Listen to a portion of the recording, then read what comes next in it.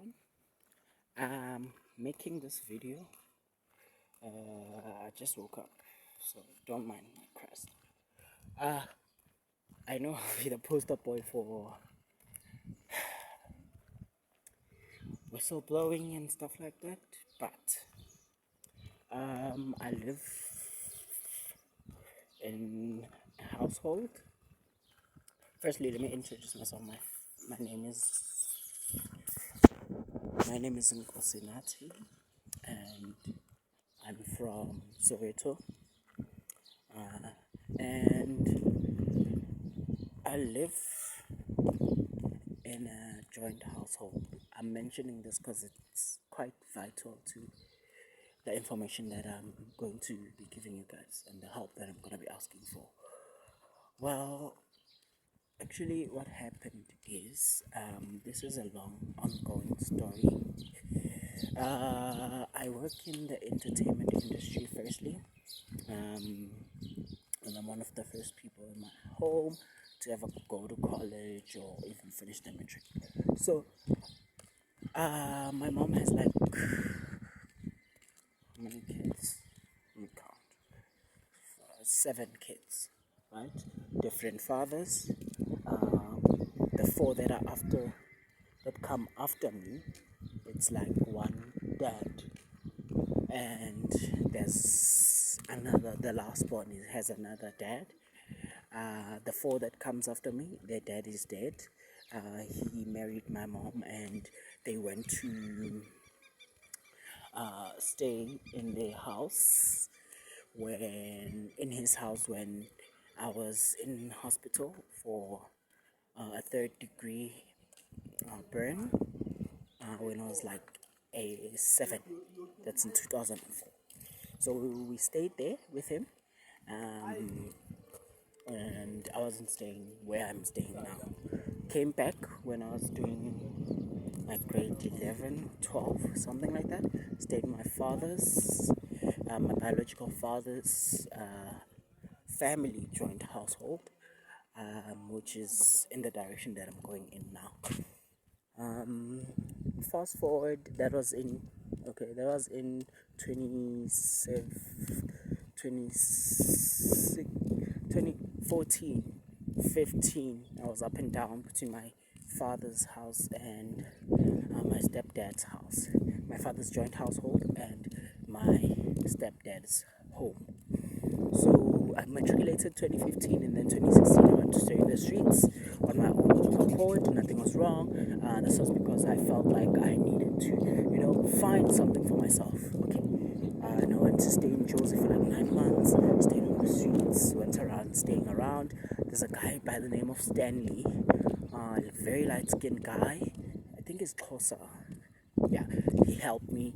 He housed me in his house, in his flat in Josie in GP back then in early 2016. And then up until, I went back to Soweto and stayed with one of my neighbor's friends, one of my neighbor's sisters in, what's this place? Bramfisher. And then I came back home to my stepfather's house, right? Cool. Then I then stayed, and he died in 2017. 2017. He died on April. When was the previous date for Back to the City? Because I remember I was supposed to go to Back to the City that day, and then when I was walking out, my mom received a call, and I couldn't go anymore. I told my friends to go to Back to the City alone. Cool. So I think it was April 27th. Yeah, Freedom Day, and then when he died, my mom shortly sold the house a few months later. And then around September, I decided to go to my original dad's house, right? And I went there, my biological dad's house. He was staying alone. I found him sick, bedridden for like 9 months now. And at the time when I got to him, he was like bedridden so badly that I couldn't do anything. It was like nearing his death. Tried doing whatever I could. He started not eating, and fast forward a couple of weeks later, he loses his life in front of me. I'm the one who takes care of everything. The hospital calls me to tell me that he's been declared dead in the hospital. He woke up dead. They're like, who's there with you? Because you're like 18, 19. I'm like, I live alone. I don't have, my mom is not in tune with my dad. They're like, no, give us their number because at least it's someone who's older. Call her. And then, okay, cool. I call my dad's family, tell them they create whatever's needed. They do whatever's needed so that they can make the funeral happen. Fast forward, the funeral happens. I won't specify what happened in during the funeral because things happened where my father's family, showed me that they're gonna fulfill my father's prophecy, which my father told me that they would kick me out. Told me that they would kick me out when he dies. So I must be prepared for that. So cool. I'm alone staying in that house. This cousin that I was staying with at that house, but she was already out. She was not staying there. She comes there while I'm not around, locks the house, takes my stuff out into the back room, and then tells me that I'm supposed to go there. I get back home, I'm like trying to open the house is locked. There's no key. They're like, you should go and fetch the key up at your sister's boyfriend's house. Well, now they married, so okay, whatever. At the time it was a boyfriend. I have even evidence of this, filed police reports of when my dad was reporting what was happening, which I'm about to tell you. So basically, my dad told me before he died that this cousin of mine was abusing my dad and violating and assaulting my dad as he was in his frail condition with this boyfriend of hers. I have the reports, and anyone who needs any of this can contact me so that they can get a copy of these things. Cool. And they claimed insurance from his death, and they didn't give me a cent. They just did that. And then when I went to go and fetch the key, they said that they're moving me into the back room. I was like, why into the bedroom? Because I stay in the house with my dad, and I've been staying there, and my stuff is in there. They're like, no, we moved your stuff already, and all of his stuff. The house is empty now. I'm like, oh, okay, cool. Because at that point, I didn't know what to do. I just merely allowed it to happen, and then I stayed. Fast forward a couple of months staying there because I had friends at my stepfather's area, and then they were in cahoots, with me, and they were not having a good time at their house, so I decided to house them in my bedroom. It's 3 guys, because we're musicians, right? And I'm the producer, like manager type shit. So I just sat with them, and we lived our life. So I wasn't even getting the agreed upon rental from the tenants that were living in the house that I was living in, because now they were giving it to the cousin. Cool. Then fast forward, it's 2019 now. Through all that starvation and everything, I did work for Cheeky Media for the morning show when it launched, when it had a rebrand, and it was taken by Chiki Media. So I was one of the people there. I was working on social media, and it was a nice time. I was able to fend for myself in the bedroom and whatever. And then 2019, well, we got retrenched that very same year. However, 2019, what happened is these the my aunt. I'm just referring to them in these names, but really I don't call them with these names anymore. Like the family call them by that because of the fact that I want you guys to understand. But really, to me, they're no longer that. So I'm just using these names for relation purposes, right? Cool. So now it's 2019, and this aunt comes from Woodbank. She stays in Woodbank. She has her own house in Woodbank. She was dating some guy. I don't know if they wanted to get married or something. He also has his own house in Woodbank. So she has her own house. He has his own house. They were not staying in Gauteng. Cool. Joint family household. Don't forget. So there's some members that are in KZN also that are there from my family. They told me that I should be the one who runs that household. Okay, this keeps cutting. I don't know how far. I'm just gonna stop back.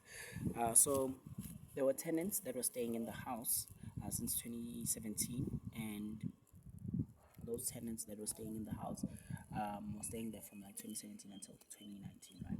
So they were staying there before also. In when I was a kid, I was like in grade one, two, three, I think. So they had a shack inside the yard. So this aunt from Witbank comes at 6 p.m. on a Friday evening. She comes with my cousin. They knock at my door and then they ask that we go inside the main house where the tenants are living. And then I go. When we go there, they dissemble to me how they are selling the house. I'm like, how are you guys selling the house? They're like, no, we're selling the house to spite you. I'm like, to spite me? My dad had told me all of this. Remember? I don't know what was up between them. And this is also it's giving something else. But let's not speak about that now. But yeah, I'll also tackle it. However, I then ask further, how is that possible? Like, yeah, we have the authority to do that. Mind you, I have an estate letter that I'd done because I wanted to claim his benefits from the military. However, that's another story with the military. I never got any of the benefits from the military, mind you. Even though I had filed everything. Till today, 2025, I'm still fighting with them. I had a chat with them earlier this year. Yeah, however, I don't think that there's anything that's going to come out of it. South Africa. Okay, cool. My father's only son, and my mom's 7 kids, right? My mom's second kid. So,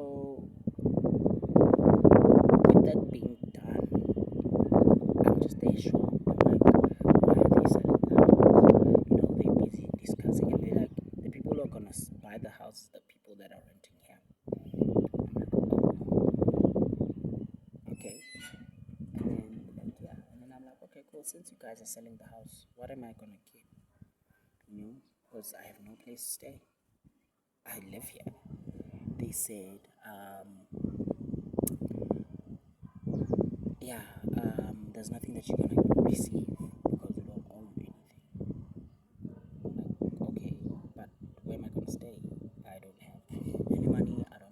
but like I don't have a place to stay.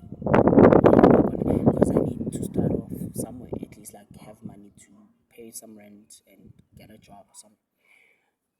Then I don't know, we're not gonna give you anything, you're gonna find what you're gonna do. Like, cool. So the people that had bought the house had taken out a loan. So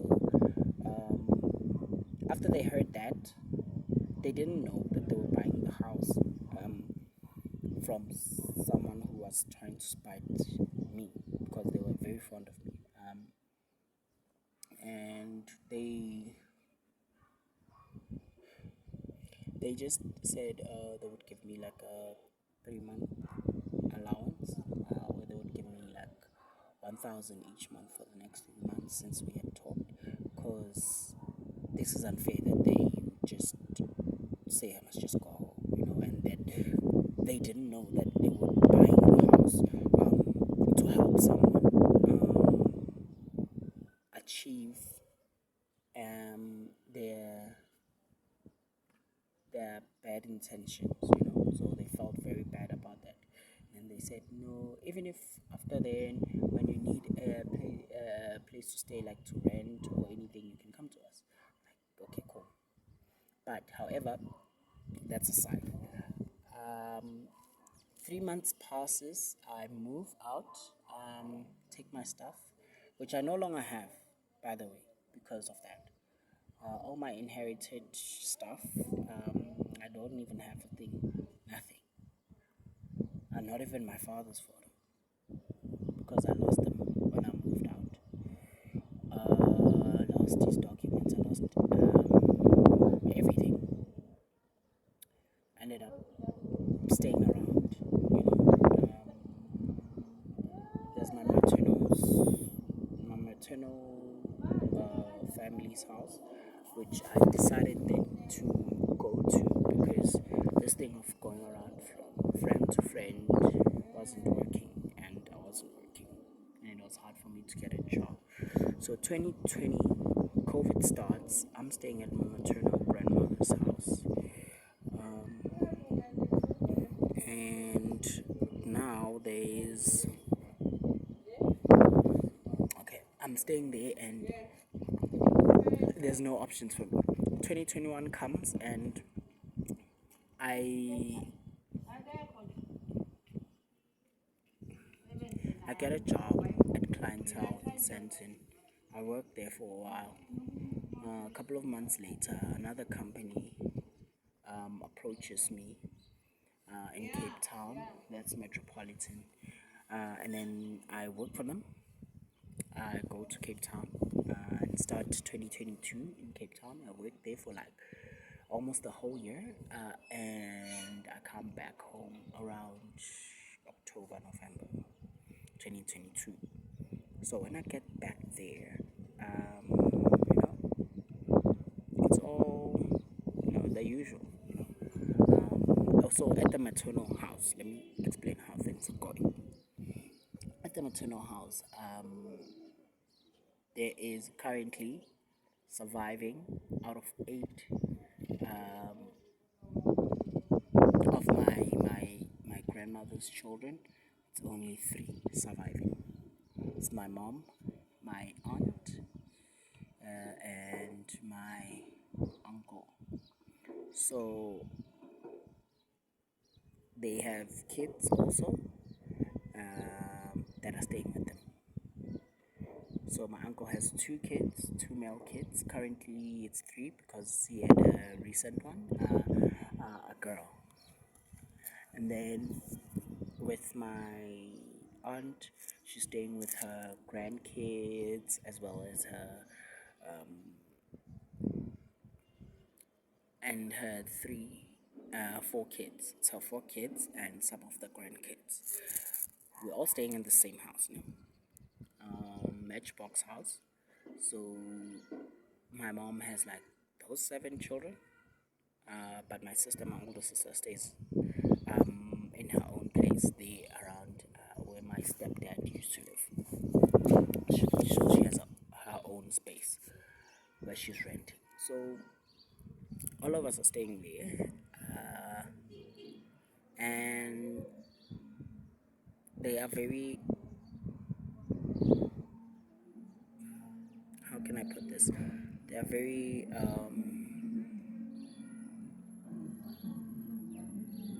intimidating. They they often say stuff, to me that's not nice. I grew up under the tone or under the phrase I was so gay from my stepfather's place from the age of 8. It's been 17, 18 years, yeah, of that, if not 20 years.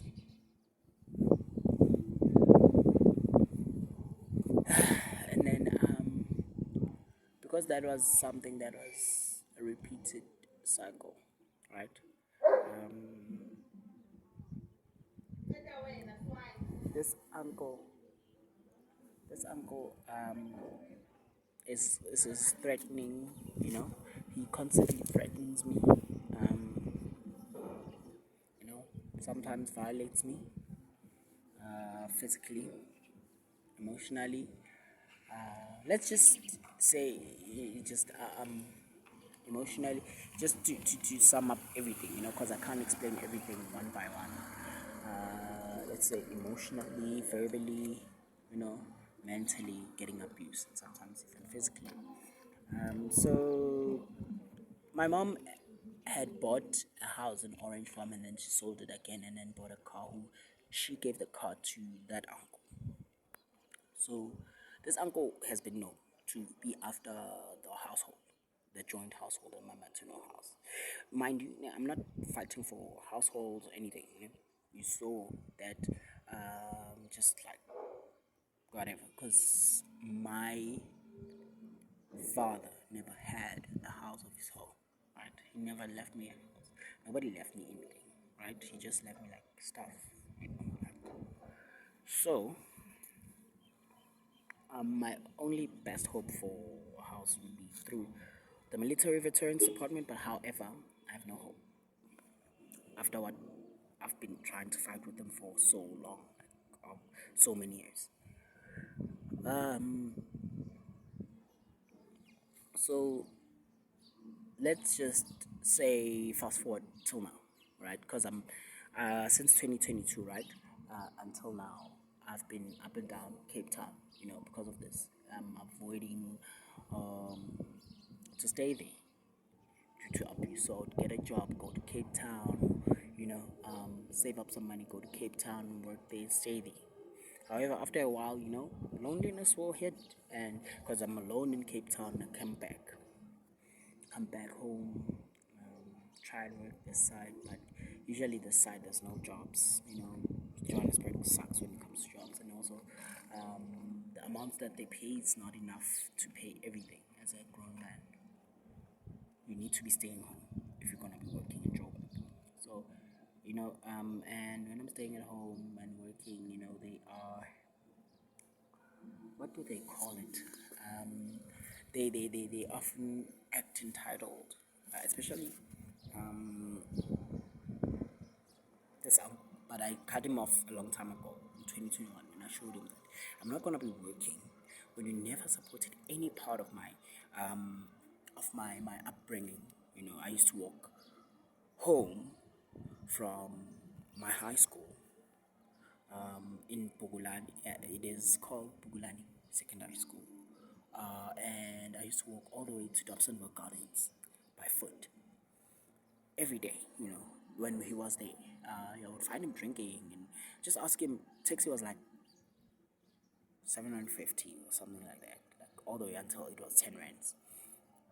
And he would say no. Sometimes he would tell me that I have it straight up, and I won't give it to you because you are spiting me. So I'm sorry that you guys have to hear all of this, and it sounds like maybe I'm accusing people, but this is my story. All right. Anyone who thinks I'm lying, and I know that this is the beginning of everything, and in the end of all of this, I know I'll go on podcasts, and I know that a lot of you will help me. However, I know that in the end it will turn, and it'll be like I'm accusing them, or like I'm painting them. But I'm just telling you the truth. I'm not painting anyone yet. right? I'll tell you when I start painting people. So I'm just telling you what happened to me. So I knew that okay, I owe him nothing. So I would work, and when I would get paid, he would want a share of my money. And I told him no, you know, because I'm not waking up in the morning, going borrowing money, when you have an ability to give me money to go to work. So he was still doing this thing of um, wanting to halt me from my success. So nobody actually in that household supported me. And then I was independent. That's how I, decided to go to Cape Town and all of that. So I stopped him. And even now, when I'm working, I don't give any money. Sharp. I know that the siblings are supposed to eat and whatever, and my mom, and I was doing that. Trust me, I can show you bank statements all the way from when I was in Cape Town, when I was working here. I would send them money to buy stuff. And then one time I was coming from Cape Town, and somebody told me from the community that, and I can get that witness on the camera to say this thing again. That your mom is, when you stop sending your mom money from Cape Town, because she goes around drinking. Well, I didn't mention that, and I didn't want to paint her with the brush, but I am gonna, for instance's sake, so that you guys understand what is going on. Really, she had been a chronic alcoholic for a long time. All right. So yeah, that's a side note. So this person told me your mom takes your money and then goes drunk, goes drinking, and then will tell us that she will tell us that her son sent her money so that she can get drunk. However, the kids are starving and loan sharks are having a ball with her SASA card. Well, this is something that we grew up under because her SASA card belongs to her friends who are loan sharks, right?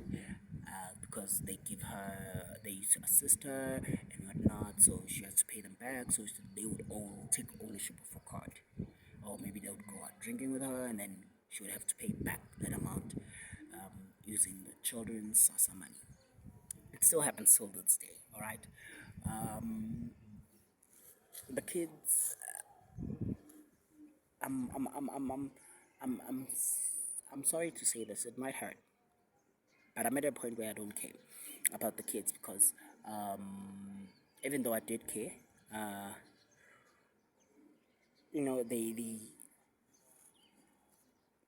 they're adding to the fire.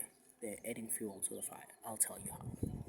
So this year, after coming back from Cape Town, which was around March, April, I committed suicide. I committed suicide. How? So they have this tendency of ganging up on me, my mom, and this uncle. They would gang up on me and tell me how I'm not entitled to be there, how this is his house, the uncle, and how he can evict me and chase me out, and how I don't have a home, like akusukini lana and whatnot, you know. And the kids are disobedient also, and sometimes when you reprimand them, it's wrong to reprimand those kids because you're the bad person.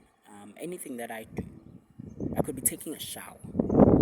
Let me tell you, a shower. I'll be taking a shower, nicely playing my music in the shower, and bathing nicely. Then I get out, and I fix everything because it's outside, right? It's outside. It's an outside shower, and it's being accessed by many people. So I would shower, and then when I'm done, clean up, and then leave. Immediately after I step out, while I'm still putting lotion on my body in the house, I'm not even dressed. I just went out of the shower, cleaned the shower and left it open like that, and came, someone will come flying into the house, usually the aunt, and will be like, anytime they would hear me shower, this would happen. And I wish, I wish I could set up like a hidden cam, so that you guys can see all of this when it happens. If someone can help me set up my hidden cams, anginika my hidden cams, I set up around the house and an audio capture, so that you guys can see every single thing that happens. Right? They don't do this to anyone but me. Yeah, imagine, remember how many people are there in that house? No? There's that aunt's kids, which now two have gone, and then there's two living with us, and then there's like four grandchildren, one, two, yeah, two grandchildren also, no? Right? And then it's my mom's five kids and me, my uncle's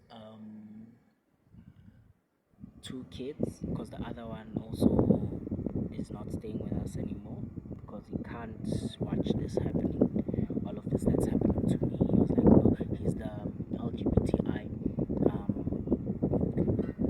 brother of mine. I can say he's a cousin, but he's a brother, because we are both LGBTI, so we often hang out together. He went to stay with his friend's house because he also doesn't like when he sees all of these things. Like, he's grown up watching these things happen, and he's like, no, I can't watch this happen to you, especially coming from my dad. So that's why. And I did vouch with him, and you need to come and stay home. These things happen, and it's just life.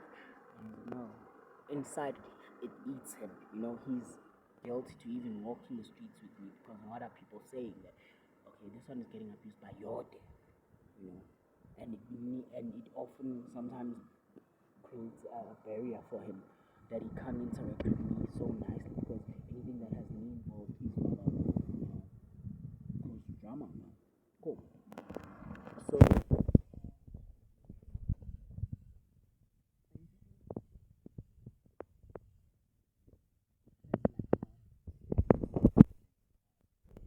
that I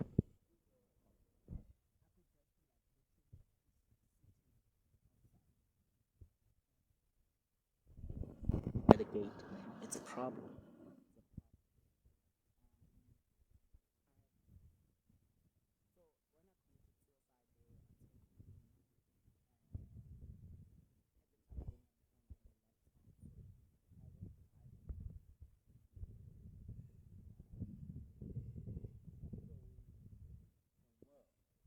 What was happening to me, because in my mind I had decided that I was going to commit suicide. Oh yes, I had a phone. However, my phone at the time, it was, yeah, I was live on Facebook on my phone. Yeah, and then I went live while they were doing that, and they were seeing on the video. I think I sent some people the video. I'll try and get it. And then I went live on Facebook, and people on Facebook were quite worried, and all my friends were like, let's try and find you a place to stay, about your family and everything. However, there was nothing that anyone could do that could help me, so I just went and sold my phone. It was worth 5,000 6,000 for like $200 at the local bazaar, so that I can purchase a couple of pallets, red poison pallets, and I swallowed some of those, and I swallowed a packet actually, and that evening I was content, to lose my life, because there's no benefit. Everyone has hurt me, and there's no need for me to be alive. So I made peace with that, and I told them that, do not help me, because this is what you want, right? When I got to the point where I was not able to mobile myself, mobilize myself because I was now like vomiting. It's 11 p.m. at night. I'm vomiting. The poison is now acting. I'm losing my life. Then they call that uncle, and then he takes me to the hospital. Mind you, I'm now like at maybe probably 10% consciousness because I'm not able to move my body. I can't even see what's going on. It's like I'm just like dying basically. Then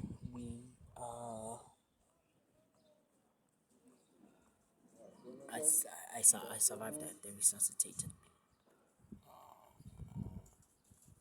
They resuscitated me. God bless their lives, those doctors, because they dedicated themselves. And I came out healthy. Nobody came to visit me in the hospital. No friends, no family, not anyone. Not my mom, no one. Right. My mom only came once. And the nurses kept on asking, is someone gonna visit you? I'm like, no. Nobody's gonna come and visit me. They're like, friends, anything? I'm like, no. They're like, don't you have a phone? I'm like, my phone, I sold it so that I can purchase the poison. They're like, okay. They're like, are you working? I'm like, yeah, I just finished the interview. I was going to a job. So they were like, okay, tell us about your story. And I told them. Then they sent me to a psyche, and a psyche slash social worker. Everything to her, and she said that she she's very sad to hear this. The fact that I'm not smoking any drugs, working, waiting to start a job, and they're doing all of this. I've been to Cape Town, and I'm an independent person, and yet they're doing this. I take care of them, and they're doing this.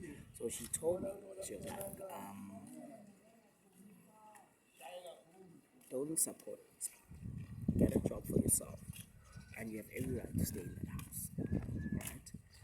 I do have a constitutional law book, the Constitution.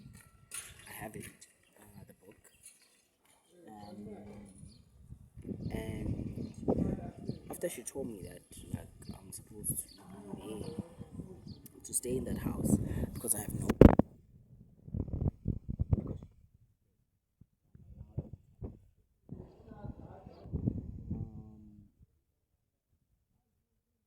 It's just part of the thing. That's why I don't want to focus on the whole eviction, but that's what mostly they use. That's the hugest ammunition. She says I'm supposed to stay there, and at my age, my age mates are far ahead.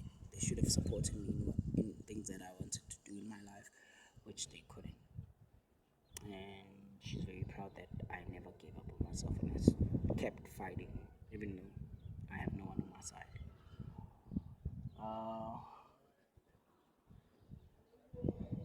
she then asked me more about like the relationship, and I told her how I'm segregated and isolated and treated separately from the others.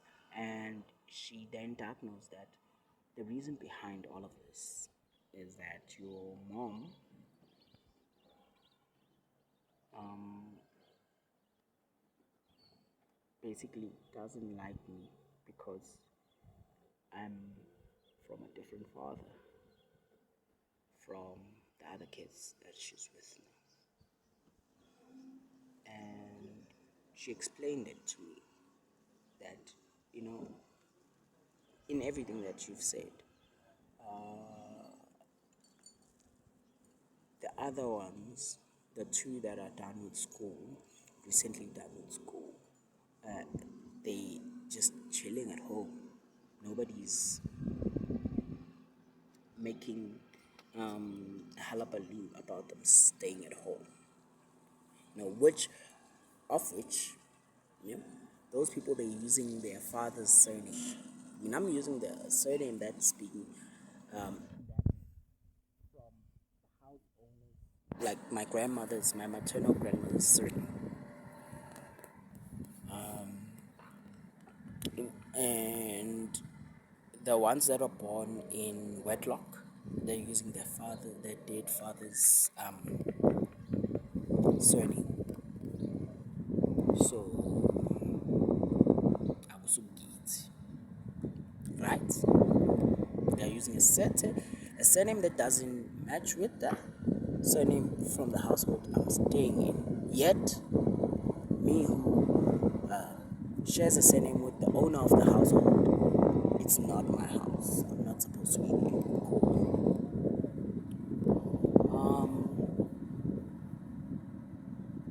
She then identifies. She's like, no, your mom probably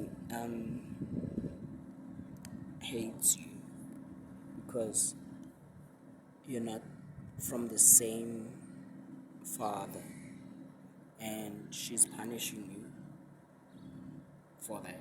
And if she didn't want you, she had an option to abort you. You didn't choose to be here. You didn't choose to be her child. You didn't choose to be your father's child. You didn't choose for her to not stay with your father. And she made it clear that I'm not entitled to support anyone.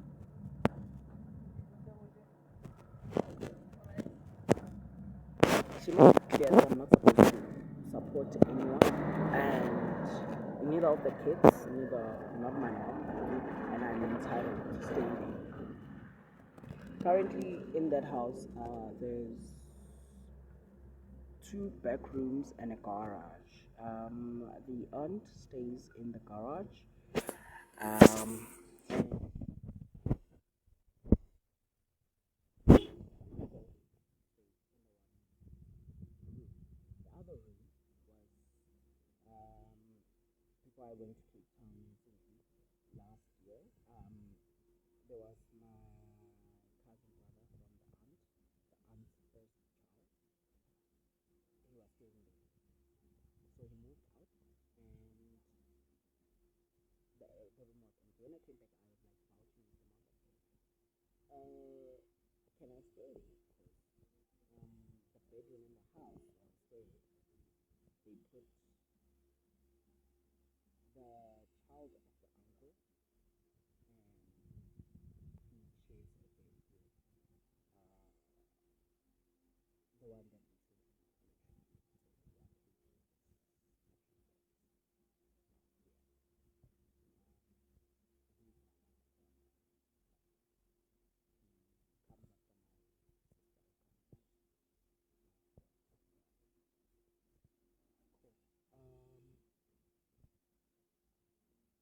And when I came back, what happened is that when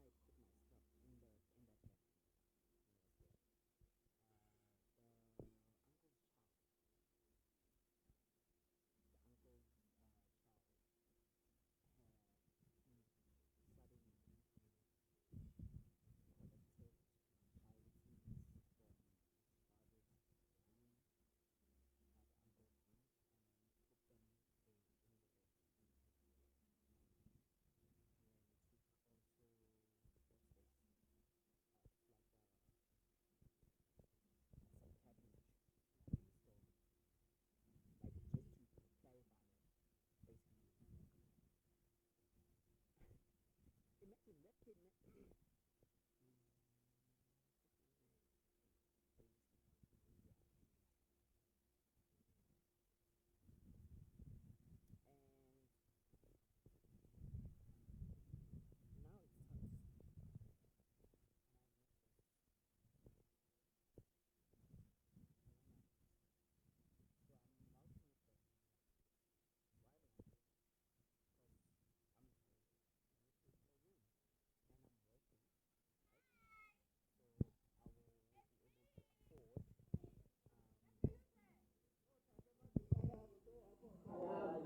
bed, I'm going to what happened, but the sound just cut off. So fast forward, I come back from hospital, mom, and nobody even comes to fetch me for discharge. So when I get discharged, my sister comes only also out of because she's worried that like my younger brother is in hospital. He committed suicide and there's no one who's visiting him or anything. So I think she called the hospital because she's a nurse and she found out that I'm getting discharged and came to fetch me. Cool. I was gonna go by my own anyway because they had said that they would. Oh yes. When I got discharged, they said that they would fetch me. So nobody fetched me. So it ended up being calls to them and stuff. So when the hospital called, they would say, "Yeah, we're coming. We're gonna fetch you," and whatnot, but they didn't. So the hospital ended up delivering me with the hospital transport, the patient transport home. And I went home and cool, came back home and they explained to me that any sort of income that I have, I'm not supposed to support anyone, and that's it. So because I was asking to stay in that back room where my older brother was staying, who had moved out since it's empty, they said no. Cool. So I sleep on the couch, right?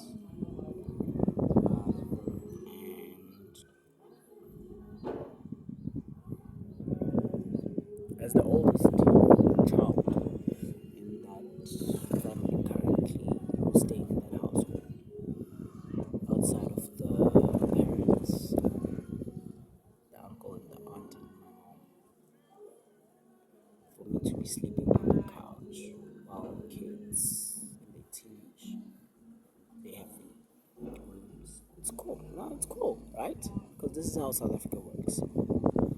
I've never touched a single day. I've never touched a single drag of drugs. Okay. The most that I smoke is like weed, and I drink. Cool.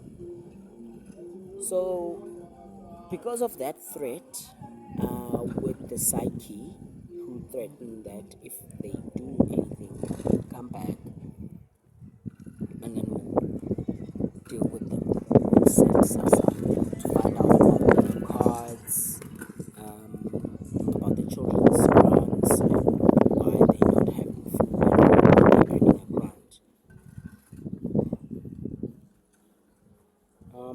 I told them when I came back, and they said I shouldn't speak to them.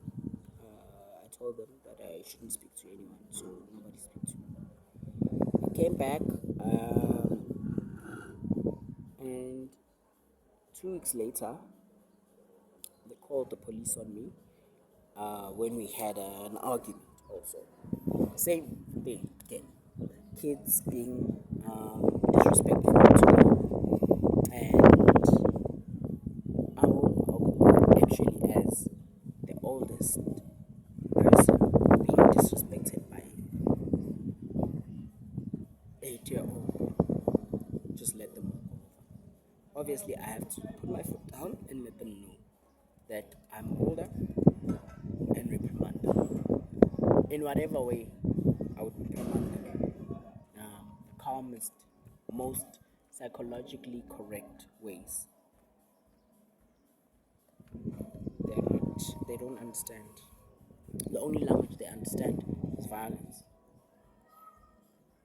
So sometimes I would like taunt them just so that they could actually get the point that I'm trying to reprimand them.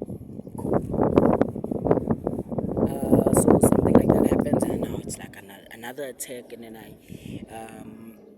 I still record that too. They're like calling police on you and whatever. So this time they pulled a mulatto. trick on me where they called the police and the police were like, is he awake? I'm like, yeah. They like, yeah. Then they like, okay, we'll fetch him when he's asleep.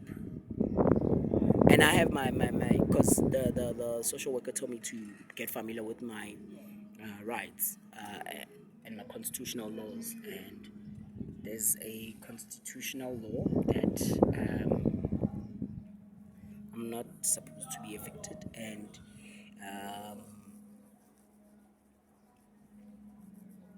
they were calling the police to evict me. Basically, the police came and then told them that we can't evict this person. They're like, yeah, but he had committed suicide and he was in hospital just a few weeks.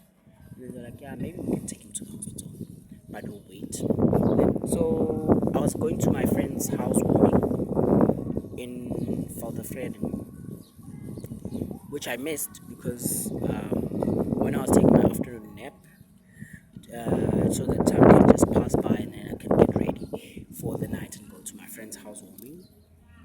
They then sneaked up on me. I was woken up by them, the police, and I asked them what's wrong. They told me that we had to take you to the hospital. I'm like, why? Because I'm going to my friend's housewarming party. I'm supposed to go somewhere. And then they're like, yeah, we're gonna go with you. And then I was like, okay, cool. And I'm like, okay, let me tell my friends so that they don't think that I just disappeared, So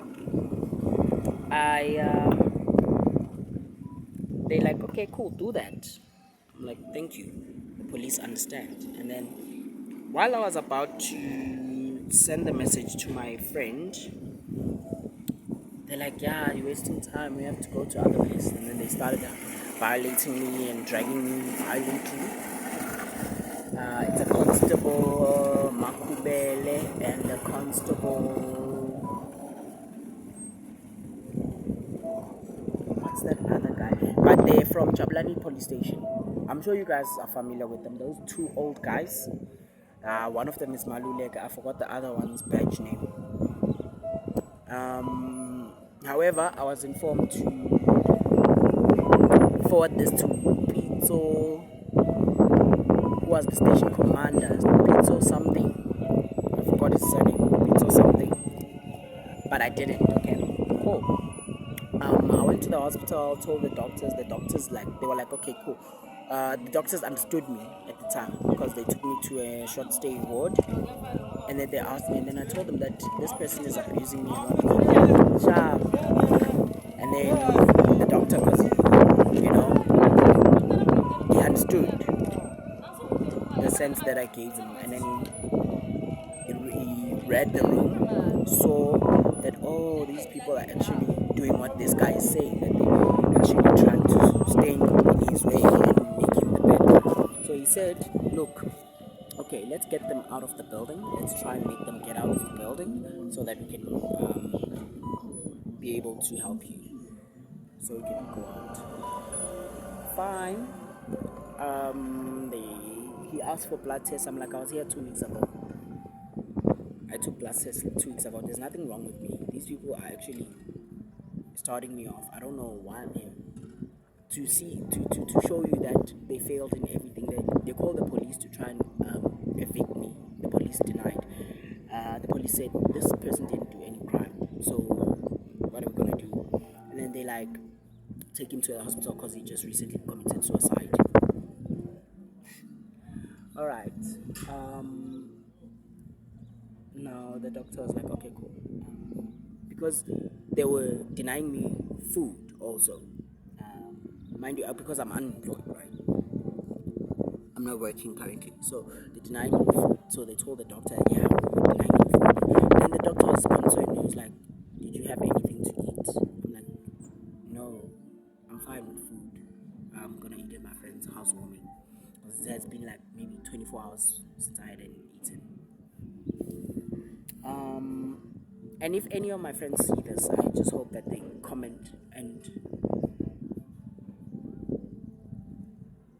like bangfakazele the story. Understand? And bear witness, and be my witnesses for this on the comment section. And then, um, what happened is that the doctor said, okay, cool, I'm gonna try and get a discharge going on for you. I'm like, okay, cool. It's around like 3, it's around like, 3 p.m. Time goes on and it's like now 6 p.m. I'm sitting there in the hospital, né? And in the ward I'm in, there's bodyguards. There's security guards. So I can't just walk out. No, they made me change my clothes and took my clothes and made me naked. Ne? They made me, and I was asking them, what is wrong with me? There's people, you're wasting state funds by taking a completely normal person, allocating them a bed, stripping them naked against their will, and keeping them and holding them against their will. And I kept asking the doctors, and the doctors could see that this guy knows his story, and they would not want to engage me with me. They would all disappear out of the ward and leave me with the security guards. Because I would ask them that, what does the law say about keeping a patient against their will? Your patient's rights. And then they would walk out. Yeah, we just waiting on the discharge letter and whatever. Mind you, I ended up spending the night and missed my friend's housewarming. And it happened that I couldn't make it. Fast forward again to now. Just last week, they took out my stuff out of that bed.